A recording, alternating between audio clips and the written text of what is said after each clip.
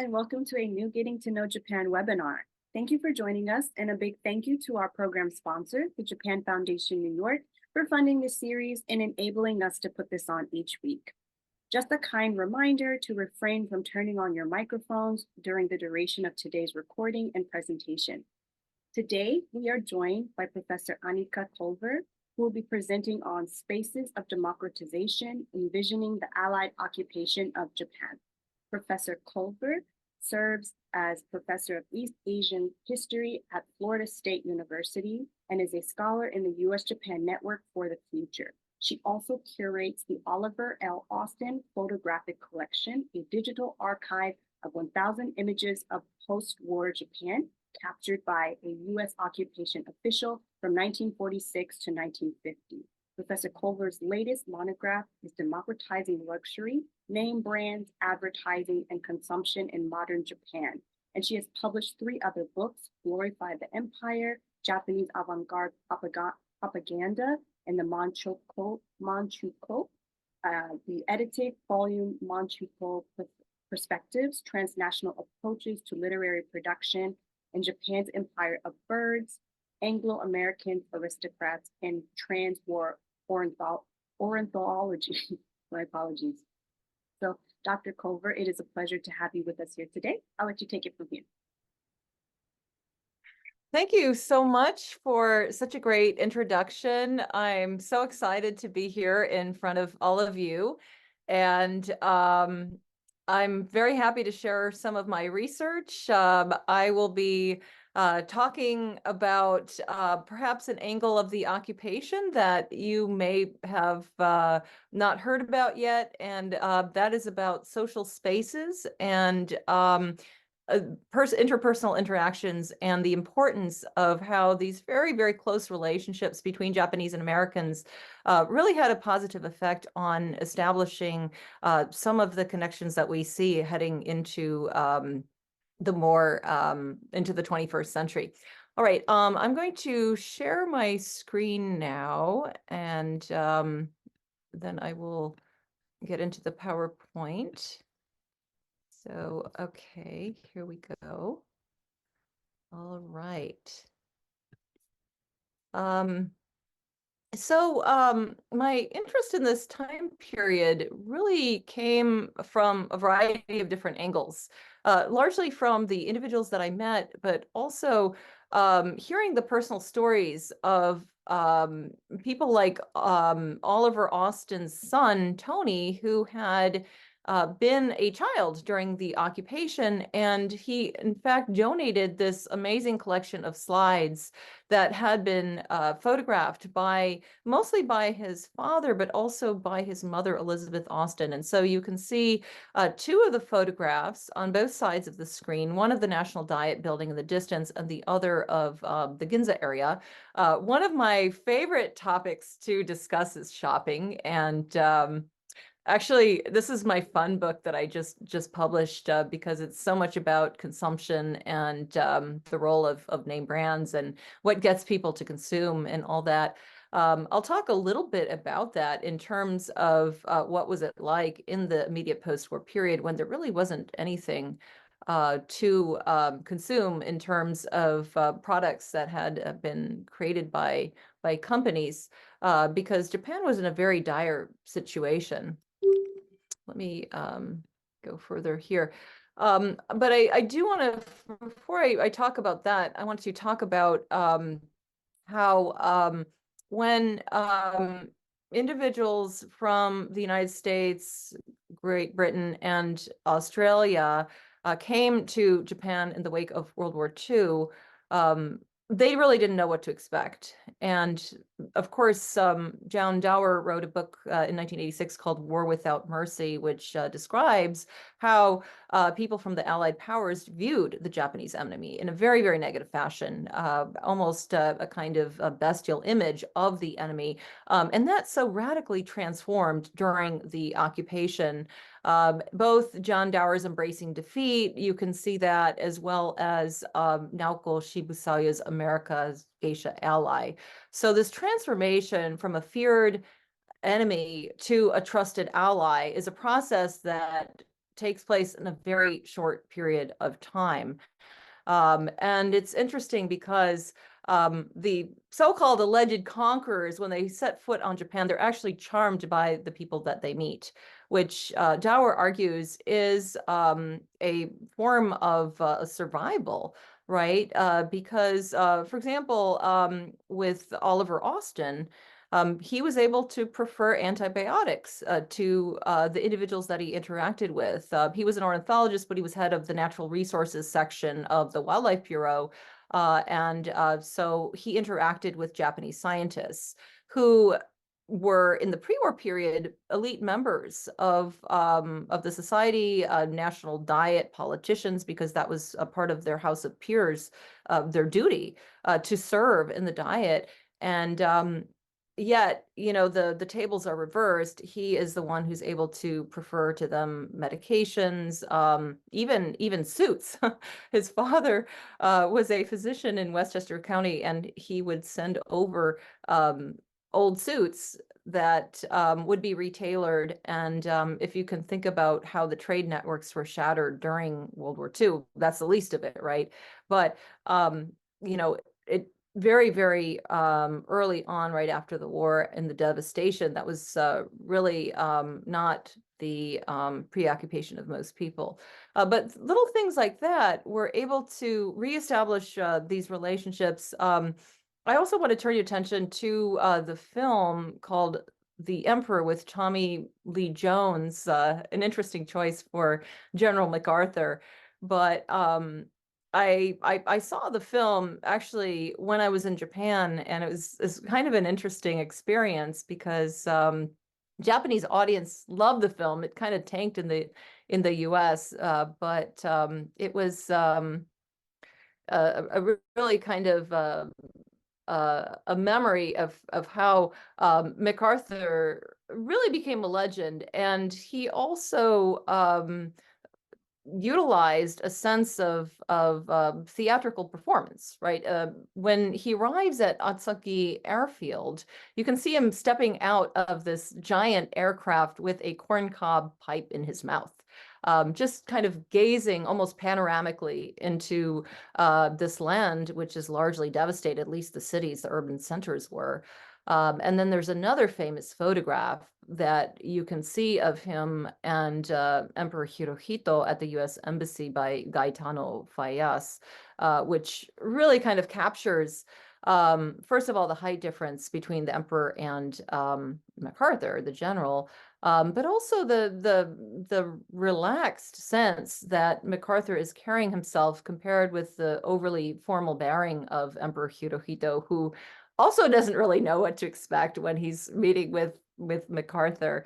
And both of them are kind of placed in this uneasy juxtaposition, which really is highlighted in this almost comical photograph, right? It's literally almost divided in half, and you see each individual who were both powerful figures, right? Hirohito was worshipped as a god during World War II. And then MacArthur, he becomes the new leader of a defeated Japan and is tasked with this democratization. But the irony is that, just like in the film, he almost becomes like an emperor because of the strong central power of SCAP, Supreme Commander of the Allied Powers. Some of these images, including the commendation that Oliver Austin Jr. gets from the Department of the Army. It's a personal commendation from General MacArthur himself.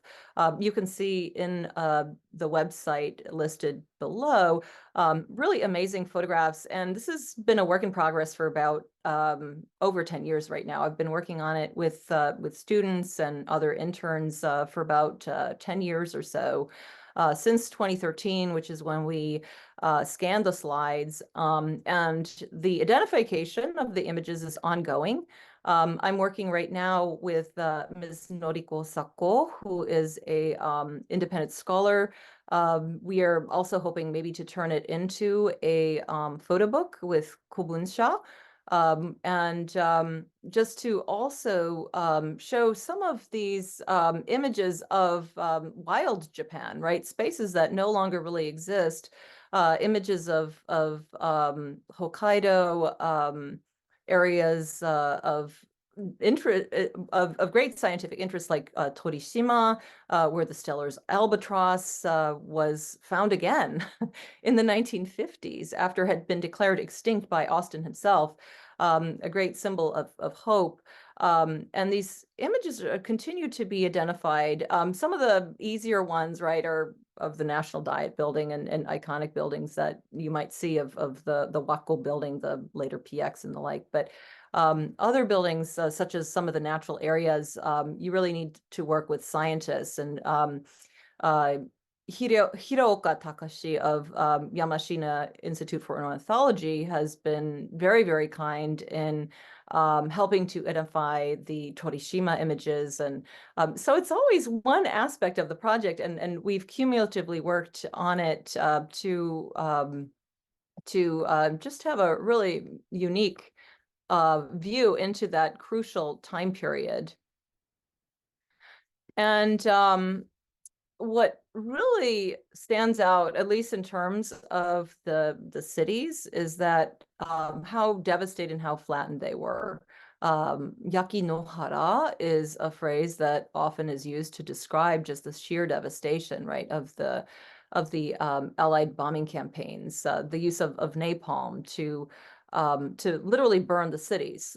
Interestingly, the attack on Dresden, which my mother actually narrowly avoided. She was really little, and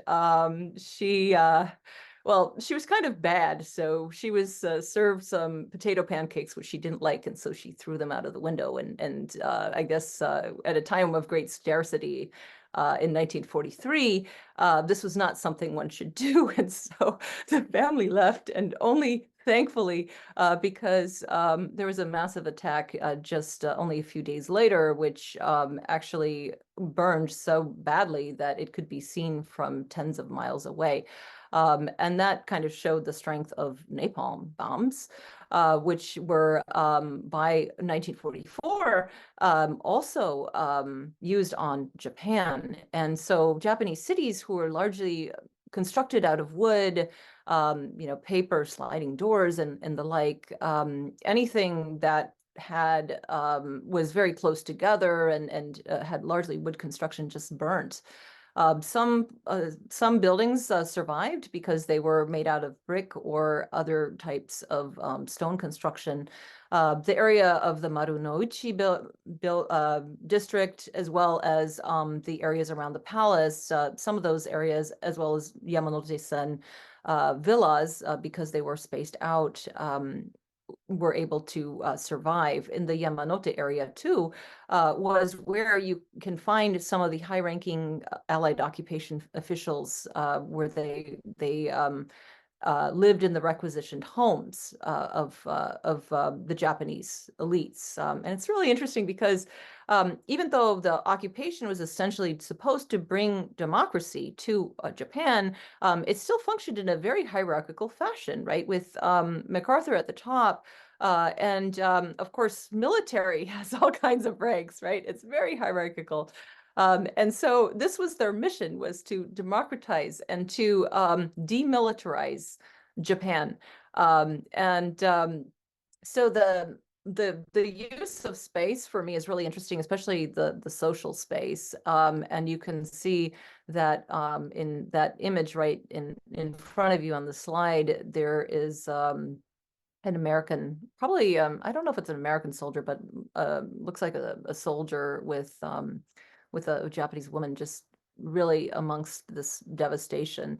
And later on, by the 1950s, we begin to see the embracing of what we call the bright life, or akarui seikatsu, where people just want to forget the darkness of that immediate post-war period, and the embracing of television, new technologies, all kinds of consumer cultures to forget that time period of great scarcity. It's also, I think, really important to look at the U.S. Strategic Bombing Survey as a means of just understanding the devastation of Japan's cities as well as other areas. 160,800 tons of bombs were dropped on the home islands versus 2.7 million in Europe. What's interesting about that survey was originally it was meant to look at really the effects on morale on civilian populations. There's a really, really interesting book by Ran Zwigenberg called Nuclear Mines, if you're interested in the bombings of Hiroshima and Nagasaki and some of the early research done by Japanese psychologists in the wake of the bombings. But at this point, right, we're talking about 1946. The role of the survey was to really understand how the civilians understood the effects of the bombings. And at the very end, I thought was fascinating because at the Pacific portion of the survey, they note that strength is a force for peace. The US must have the will and the strength to be a force for peace. So it seems to kind of foreshadow the kind of military aspects of the occupation for the Americans and the continuance of bases, which of course we have in Japan today. So I also wanted to quote a little bit from my chapter 5 of my book, Democratizing Luxury. This is really the first part of the chapter, where I really try to get a sense of optimism and relief, right? And for me, this is actually very, very personal as the daughter of a World War II survivor who had experienced bombings of her own house, experienced air raids on a regular basis, including strafing. So for me, this is very, very personal. So, you know, when I experience a lot of these wartime museums, it resonates with some of the stories of family members from the German side of my family. But I'm going to read this to you really quickly just to kind of give you a sense that out of this darkness, there is a bright sense of, okay, we've survived. We're going to look towards the future. And ironically, there was not a hatred towards the Americans. Rather, it was a hatred towards Japan's leaders. And even in the case of my mother, it wasn't a hatred against the Americans. Rather, it was, again, the hatred of the leadership that they went so far to bring the war so close to ordinary civilians, including children, which, you know, my mother was a child at the time. So I'm going to read this to you quickly to give you the sense of this. Defeat seemed a welcome respite after 15 years of continental war in Asia devoured Japan's population, ravaged the archipelago with Allied fire bombings and atomic weapons, and stripped a godlike emperor of divinity. Nearly 8 years of the US-led occupation from 1945 until 1952 also influenced the Japanese to consume American popular culture and styles, echoing a 1920s era fascination. In the post-war era, the United States was held up as a standard. Well, after rebuilding, Japanese mass production slowly returned in light industries featuring toys and small electronics. Democracy became a symbol of re-emerging political and economic choices and soon translated into consumer environments. Down there on the right, we have a photo of a UV pipe from Casio, right? Casio is the company that we know and love for the G-Shock watch, right? Or the Casio calculator, which was big in my day as I was a kid.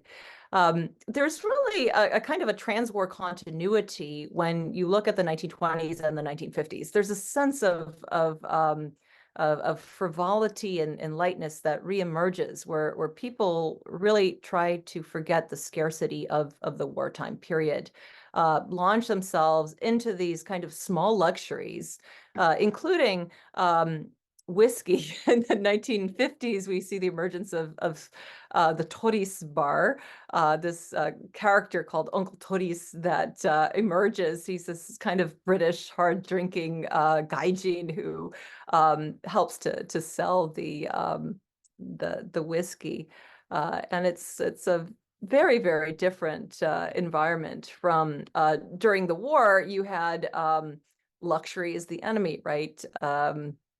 Zeitaku wa teki da.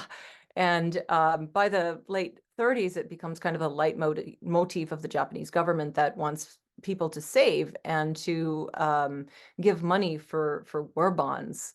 And if they're consuming, they're going to be buying small items for care packages for the troops called imon bukuro, or literally comfort bags.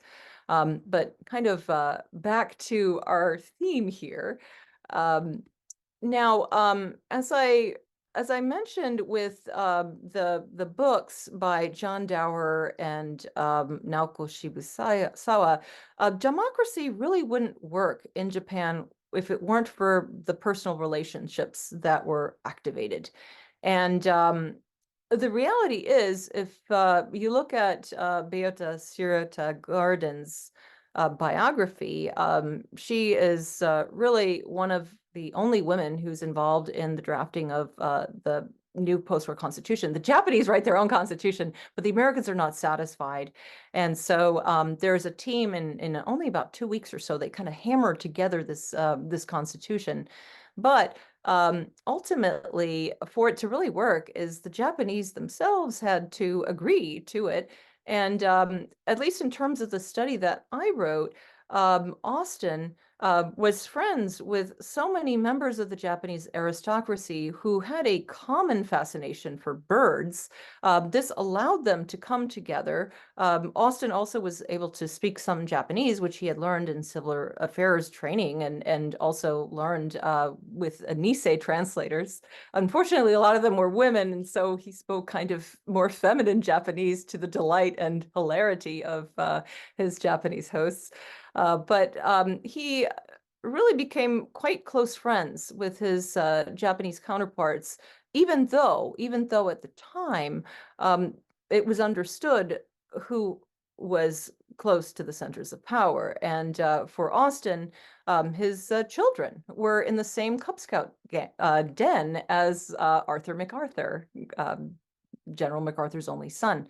And so this proximity to power, which is why I say that spaces are very important, this proximity to power, and in Japan, which even now is quite hierarchical, it really, really matters, right? And so the individuals who are the friends of Oliver Austin, like Hachisuka Masauji, you have Takatsukasa, Prince Takatsukasa. They all have roles in the Diet. So does Yamashina. And then it's not until 1947 where you have the new election. And that's when things begin to change. And there are about 30 women that are elected as well, when before that, there were no female politicians, and women could not vote either. And so for me, I was always wondering this big question of why would Austin have a personal commendation from General MacArthur himself? That's his signature there on the bottom.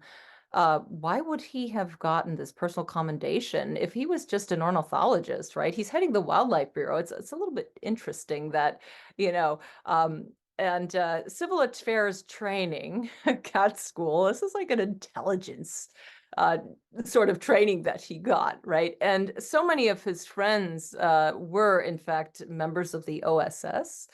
And so I think that this was sort of a back channel as well to engage the Japanese elites in the formation of this new political system, and to get them on board. But also, it became a way where, the conquerors were conquered, right? I mean, they were charmed, as in John Dower's book, Embracing Defeat, right? America's geisha ally, right? I mean, of course, Naoko Shibusawa is a lot more critical. right, of that encounter, as Dower is as well. But these relations, I think, are very, very key. The book that I mentioned by Gordon, The Only Woman in the Room, A Memoir of Japan, Human Rights, and the Arts, I think is really important also in terms of her experience as someone working for the occupation who spoke fluent Japanese. She had lived in Japan. Her father worked as a leader of an orchestra and was a musician himself. So the Constitution that she and a team of other individuals end up writing is created only in a few weeks, and it replaces the 1889 Meiji Constitution, which was given as a gift of the emperor to his subjects. And they had, at the time, they had duties as opposed to rights. So the new post-war constitution is all about the rights of the people. It becomes a document that in many ways is a lot more progressive than the American Constitution. And the first elections are in April of 1947. Interestingly enough, it's also when Oliver Austin, he creates this so-called Bird Day for youngsters to get involved in conservation, and it provides a means for Japanese to re-enter the global stage through peaceful global endeavors like that of conservation, which eventually becomes a focus of many of these aristocratic elites. And they're still very much involved with BirdLife International and other such wildlife organizations and so on. The post-war constitution, I think it's worth just reading this and to kind of emphasize how it looks like. This notion of the people, I mean, people, people, people, and I've highlighted that word because of just how often it's repeated. These are people rather than subjects, right? People with rights. We, the Japanese people, acting through our duly elected representatives in the National Diet, determined that we shall secure for ourselves and our posterity the fruits of peaceful cooperation with all nations and the blessings of liberty throughout this land, and resolve that never again shall we be visited with the horrors of war. Through the action of government, do proclaim that sovereign power resides with the people, and do firmly establish this Constitution. Government is a sacred trust of the people, the authority for which is derived from the people, the powers of which are exercised by the representatives of the people, and the benefits of which are enjoyed by the people.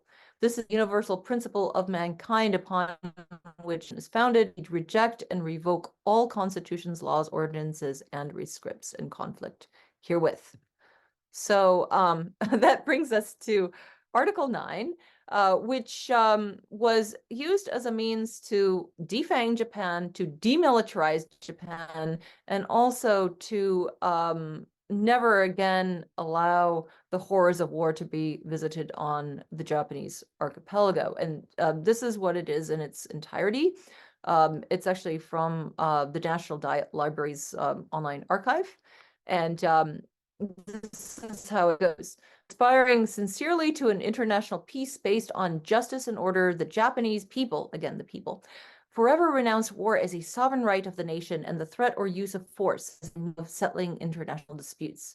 In order to accomplish the aim of land, sea, and as well as other war potential will never be maintained. The right of belligerency of the state will not be recognized. So yeah, it's very, very interesting, right? All of Japan has no more projectable power. And that brings us to ways, right? And so the way that was established was initially the Far East Command. Interestingly enough, with the 1950 treaty, promised officially the Allied occupation on the 28th of April of 1952. Interestingly, and much to the shock of the Japanese people, MacArthur was actually fired by the American President Truman because of the actions in the Korean War, right? Heading up towards the Yellow River, which caused the Chinese to enter the conflict. And MacArthur was both his twin role as commander of troops in Korea as his job as Supreme Commander of the Allied powers in Japan. In July of 1954, the self-defense forces were created. And this was kind of more like a police force. And then Anpo Treaty in 1960, Treaty of Mutual Cooperation and Security. There were quite a lot of protests in Japan. Nick Kapoor has written extensively about that time period in the late 50s, right around the time of the signing of the Anpo Treaty. In fact, I was supposed to touch down in a visit, and the protests really had an effect on that. But ultimately, things stabilized a bit in Japan. Ikeda Hayato promised what he called the double income plan. It actually worked within 10 years. Japanese did double their income. And so there's a bit of a shifting from 1955 onwards, a focus on political consensus and economic development to ensure a sort of more smooth political environment. Now in the present, I kind of go back to United States Forces Japan. They're headquartered at Yokota Air Base, and then you can kind of see where some of the major bases are located here in this site. But what's interesting is if you go back, most of the American bases now are, in fact, located, about 75% of them are located in Okinawa, with Kadena being quite important there. All right. Because of my interest in consumption and economic, I couldn't avoid sharing with you the importance of the PX. And this is an image here from the Oliver L. Austin photograph, and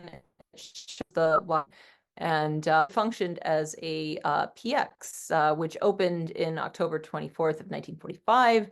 And American troops and just flooded the PX, and you can see some of the sailors here who are buying all kinds of things: kimono, woodblock prints, lacquerware, and other kinds of crafts, and also liquor. Interestingly enough, PXs were very much stocked with liquor. It's very, very cheap. Occupation officials, some of which I found out in my interviews, drank like fish. A lot of socialization going on. Liquor also served as an important with the hands of Japanese gifts, selling items to exchange these. Jesus Solis is on very, very interesting study, in fact, of the market also intersected with fraternization, right? Because often or women who had relationships with sisters, which you can see in the image right there along the ends. It's a little hard to see, but there is a soldier in his uniform and a Japanese woman out shopping. Originally, there were specific names that were used to refer to the women who were in relationships with dated soldiers, or engaged in relationships of convenience, shall we say, as panpan girls, or if they were steady with one particular individual, called only sang, or butterflies. And then that kind of morphed into Girls Next Door. The Broad Brides Act of 1945 allowed some of these relationships to be legalized through marriage, and the Soldier Brides Act broadened that.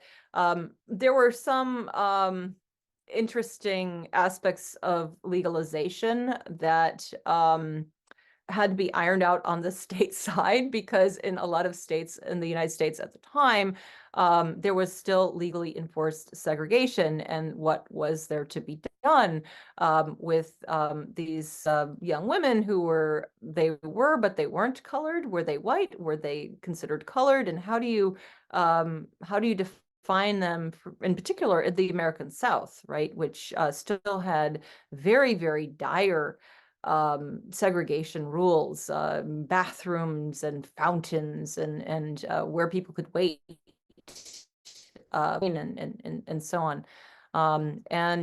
Also, there was the uncomfortable specter of the 1924 Immigration Act, which banned essentially Asians from immigrating to the United States.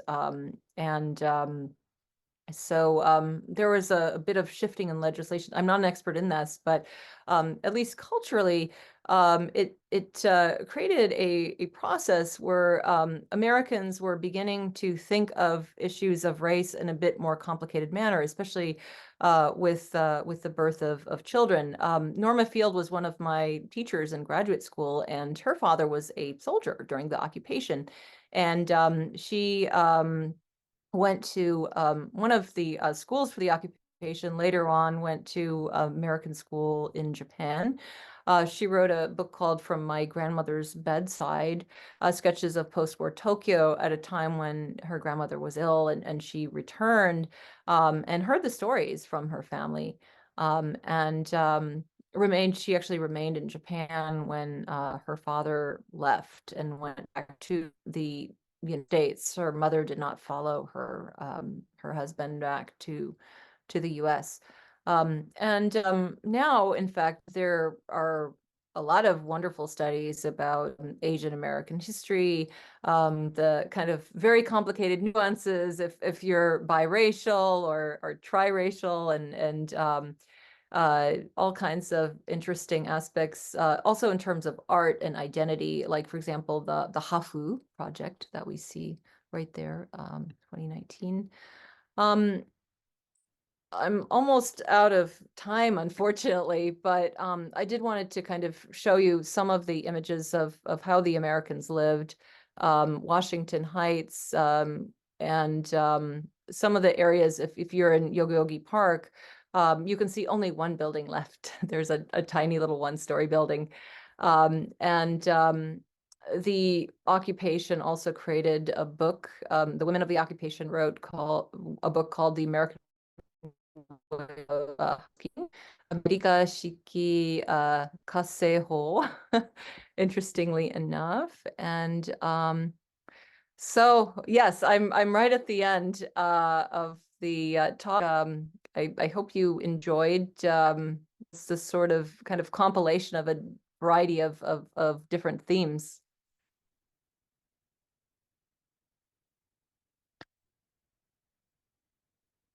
All right, I'm going to stop share. Thank you so much, Professor Culver, for your wonderful presentation. So if I may, I would like to begin the Q&A portion.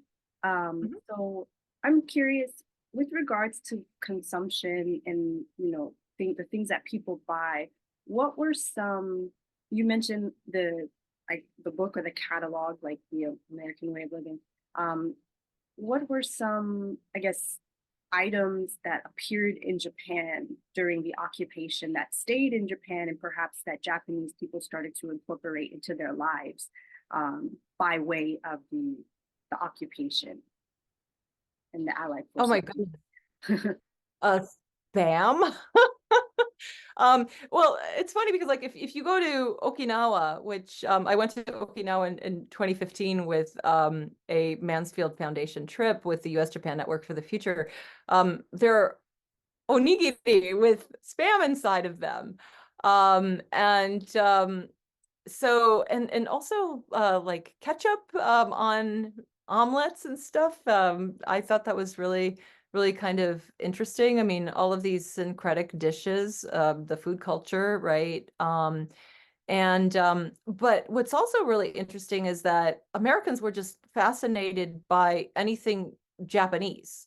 And so they bought all these woodblock prints. The big thing was like buying swords. Like if you could buy a sword in the PX, this was like a symbol of the old feared military. Now you had the enemy's, the former enemy's sword. You know, it was a wonderful trophy. I mean, some soldiers got them off the battlefield, but others ended up in the common market, the open market, I guess. And so the commercialization of these kind of articles of war, I think, was really very interesting.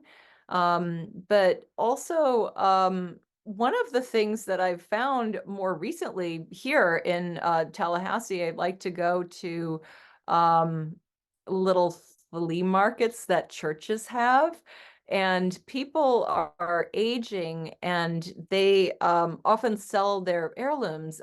In particular, there are all kinds of tea sets that say made in occupied Japan that people must have purchased there and also ended up being export goods. And these little figurines that literally look like Marie Antoinette, they look like these 18th century French figurines. I think they were very popular in the 50s as sort of a little like okimono in 1950s American homes and beyond. And so I've been buying them. You can get them at Goodwill. And I think Tallahassee has a really large amount of, a large number of World War II veterans and occupationeers in Japan. So I'm very curious, and I'd love to do more research to find out about these products that were developed to, you know, regenerate the Japanese economy. Toys have been very well documented. Anne Allison wrote about in Millennium Monsters about how the cans of the soldiers, like the canned goods, they would be fashioned into toys, like little Jeeps and all that, and then sold. So Very interesting, especially with regards to like ketchup on omelets, because I know that's a very popular dish in Japan now. So that's interesting. Um, my second question is with regards to General MacArthur. I read um, I read research, maybe it was someone's thesis, that General MacArthur was someone that the Japanese people trusted. They didn't trust, you know, Japanese leaders or military leaders at that time. And so when the occupation happened, Japanese people had a lot of trust in MacArthur.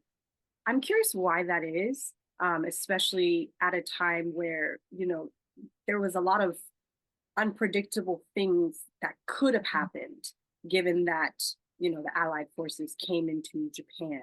So why was there this, maybe not sudden trust, but why was there this trust for the enemy, so to speak? well, it's really interesting because the mistrust of Japan's military leaders, at least, began in really it started to erode already in the early 1940s, and particularly around 1944. Samuel Yamashita talks about this process in daily life in daily life in wartime Japan, as well as his study on the diaries of ordinary Japanese. And so people just no longer believe what the radio says because every pronouncement about the war is going to be positive. And so at least in Germany, like my mother had to listen to BBC on the sly. And in Japan, I think there were alternate ways of getting information, but it was very, very hard. And also by 1944, the term gyokusai, or the shattering of the jewels, became more and more frequent in newspapers. And so essentially it referred to kamikaze, who were crashing their planes into American aircraft carriers, allegedly to make them to blow up. So this was demoralizing and disheartening for individuals to read. I mean, they knew what was going on, right? But they still wholly supported the war. What were you going to do, right? Especially this kind of net of informants, like the neighborhood associations and everything. And very, very similar to what my mother had experienced in like family stories of like neighbors would rat on neighbors, and the environment was very, very tense, and the children even worried, and you worried about what the children are going to say about you as parents. And once this tension is lifted, and the emperor himself makes the announcement that the war hasn't gone the way that we had anticipated, essentially very euphemistically, people are finally relieved, right? And that what could be worse than those fire bombings, those incessant air raids? And so essentially,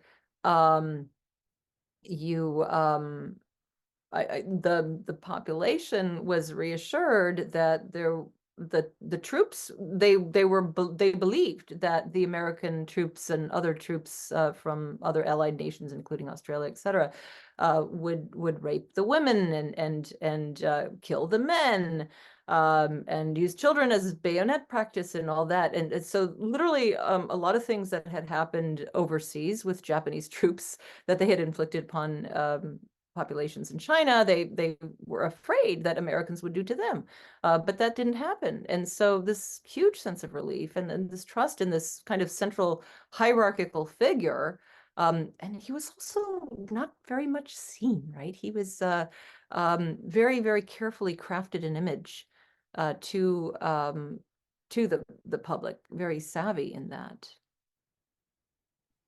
Interesting. Thank you so much. So the first question comes from Vivian Moon. Regarding the bombing survey, what was the conclusion about the effectiveness of bombing cities in terms of pushing the direction of war towards a conclusion? And how has that conclusion affected US policies in wars after World War II? Oh my goodness.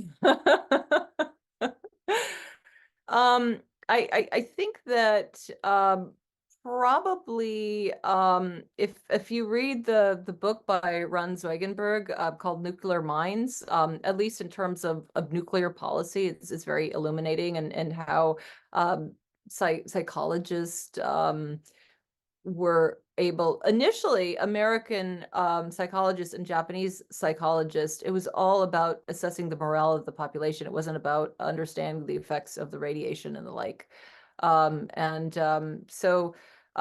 In terms of understanding the role of bombing of civilian populations, unfortunately, that became a legitimate aspect of war.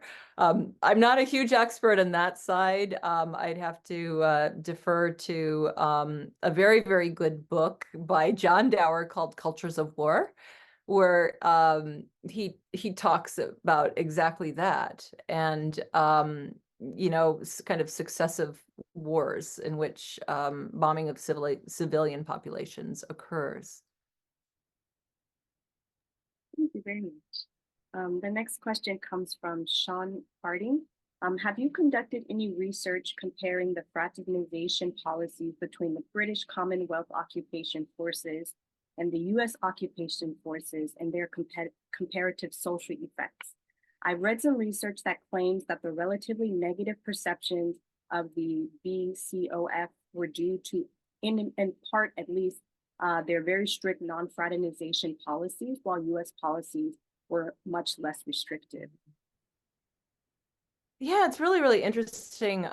But from the sense that I got from individuals who had worked with the occupation was that the Americans intentionally realized the Australians.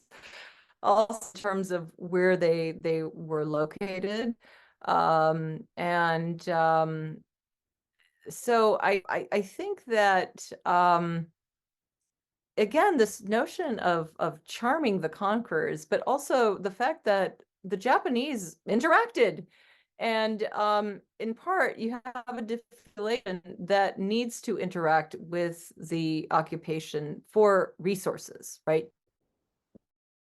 You all kinds of initially there was a kind of a punitive the first few months of the occupation to kind of punish the Japanese, and this whole idea of the black market occurred out of survival, right? It's like an unsanctioned form of economic exchange, which Jesus Solis is writing about in his dissertation. And there's a very good master's thesis as well that he wrote. But this kind of necessity for using these kind of different channels of exchange, right? And economically, right, was how people interacted, right? American soldiers and especially Japanese women, even children, because the soldiers would give candy and food to kids. My mother's part of Germany was occupied by the British, and so they had their very strange looking orange cheese and their white bread, which was very bizarre to her. She would climb over tanks and everything, and you know, for her it was a way of getting extra food. But also there was no school at the time. And it was a way of making sense of the new reality. And little kids were going into business. They were selling things both in Germany as well as in Japan. Thank you so much. So Professor Travis Seifman asks, thank you for a great presentation. I'm curious, did the occupation authorities get involved in how Japanese historical and cultural sites were rebuilt, how Japanese culture was represented in museums, etc.?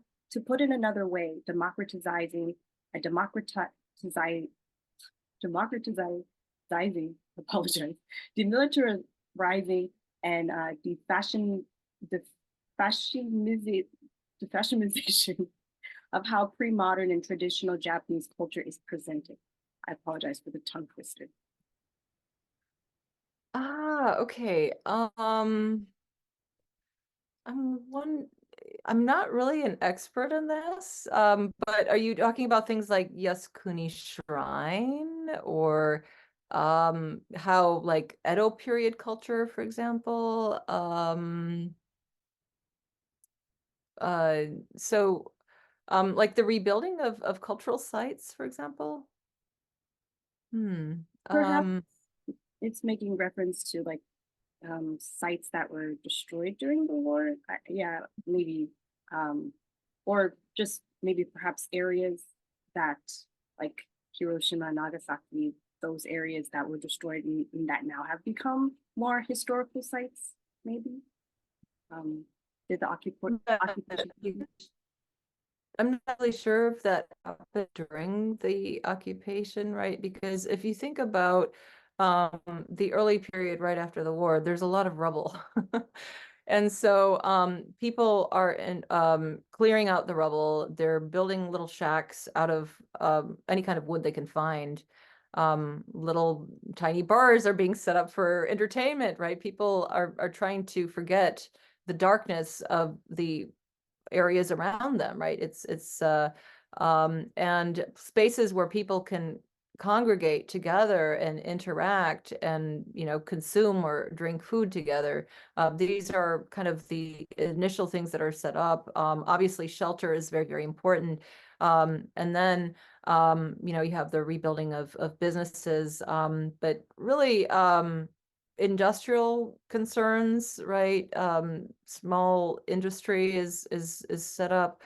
I think that unfortunately it's not until later that a lot of this memorialization of the war, or even before that, there's a space for that. I mean, I'm thinking that it's maybe not until the late 50s, early 60s that process begins because of this heightened atmosphere of survival immediately after the war that really trumps, I guess, terrible word, but to, think of those concerns, and then you can kind of move towards other questions of cultural rehabilitation and so on and so forth. Thank you so much. To kind of add to that question, are you able to speak on how Japanese culture was represented in the public after the war, perhaps? In the US? I believe, well, I think in regards to how sometimes occupying forces may censor the history or culture of an occupied area for political reasons. Mm-hmm. If you're really interested, there's a museum in Tokyo called the National Showa Museum, and it's really dedicated towards portraying the wartime period. And it's under the rubric of peace education. It's very, very interesting, but they're also funded by the Izokukai, which is this kind of grieving the aggrieved the bereaved families of soldiers to kind of show how horrible war is, right, and how dire the wartime period was. And then there's this kind of moment, and I guess the fetishization of commodities is a bit, I'm reading a little bit of the comments, is a little bit of the spoils of war mentality, right? I mean, what's fascinating is I used to work with the World War II Institute here in at FSU, and we have a lot of war trophies, and it's become kind of an issue where we have to understand what to do with them because soldiers brought home guns and swords with them. And that was definitely like a spoil of war, right? The fact that all of a sudden this is not being pointed at you, you can control it, and now it becomes a positive memory because you've survived, but it also represents the power and prowess of your enemy, right? So that's at least how I analyze it. But there's also kind of a fetishization of these Japanese objects and Japaneseness, that it's this very, very different culture from the United States at the time. And a lot of family members at home would be like, okay, bring me something back from Japan. There's still this pendulum swinging between cherry blossom and yellow peril, which Peter Dewis and Hasegawa Kenji talk about in their study of kind of US-Japan relations, literally from the 19th century into the present, that there are these stereotypes about Japan that are kind of in the American popular imagination. I mean, right now we're sort of really in the midst of a cherry blossom period, right? 1980s, Americans were very upset with Japan, with the trade wars, and especially auto workers and the like. So, yeah. Oh, wow. One Florida family recently returned a whole bronze Buddhist temple bell to the Okinawa Prefectural Museum. That's amazing. Wow. Yeah, repatriation is becoming a really big thing, especially with the silken flags with family members' names and members of the community that sometimes were written in blood. And then the soldiers went into war with them. And that was a common trophy that American soldiers in particularly brought home because it was a tangible item from your enemy that, you can say, okay, I won. And I survived, right? And this was a worthy opponent, which was kind of interesting, right? I've had a lot of veterans talk to me about that to, get me to understand that as well. Thank you so much. Can I ask one more quick question, if you don't mind? The final question comes from Stephen Winsale. So is there a fee for accessing the collection of Austin's photos online? And can they be copied free, or is there a fee? Also, can you briefly describe how the photos are categorized? Yeah, a lot of this is still ongoing. And so if it is for non-commercial use, it's totally free. Just make sure that you cite the collection. Um, you cite it properly because it is a digital humanities archive. A lot of people have worked on it. But if it's for commercial purposes, that's a different story. But it is, yes, it's free to use for informational purposes, for mainly education purposes, right? And so in terms of the categorization, this is an ongoing project because we've noticed that there are some duplicates, there's some, there's some slides that are not in the right place. And so it's I mean, again, it's a very big project, right? 1,000 of these slides, and some of them are in very bad shape. And so initially for us, we just wanted to get them all up to preserve them. But now they're in special collections in the FSU library. And so yeah, we have a little link. Well, actually, if you go into each of the individual images, it has a it's got a phrase there. I spent 2 years ago trying to get them to best practices in terms of digital archiving. I had to learn all this.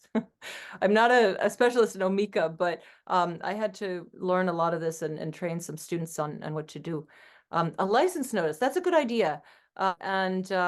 So that's probably something that we're going to work on with special collections because I mean we had something like that when they were connected to the university's Institute on World War II and the Human Experience, but they've kind of now been moved to special collections because they can be better preserved there. But yeah, that might be a great idea. Thank you so much, Professor Culver, for your wonderful presentation today. And thank you everyone for all of your wonderful questions. Most importantly, thank you so much for taking time out of your day to be with us. And once again, thank you to our program sponsor, the Japan Foundation New York.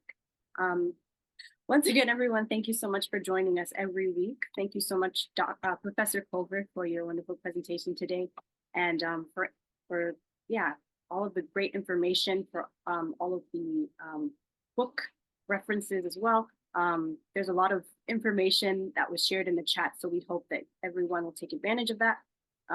Additionally, we hope to see you on Thursday. Thank you, everyone. Take care. See you.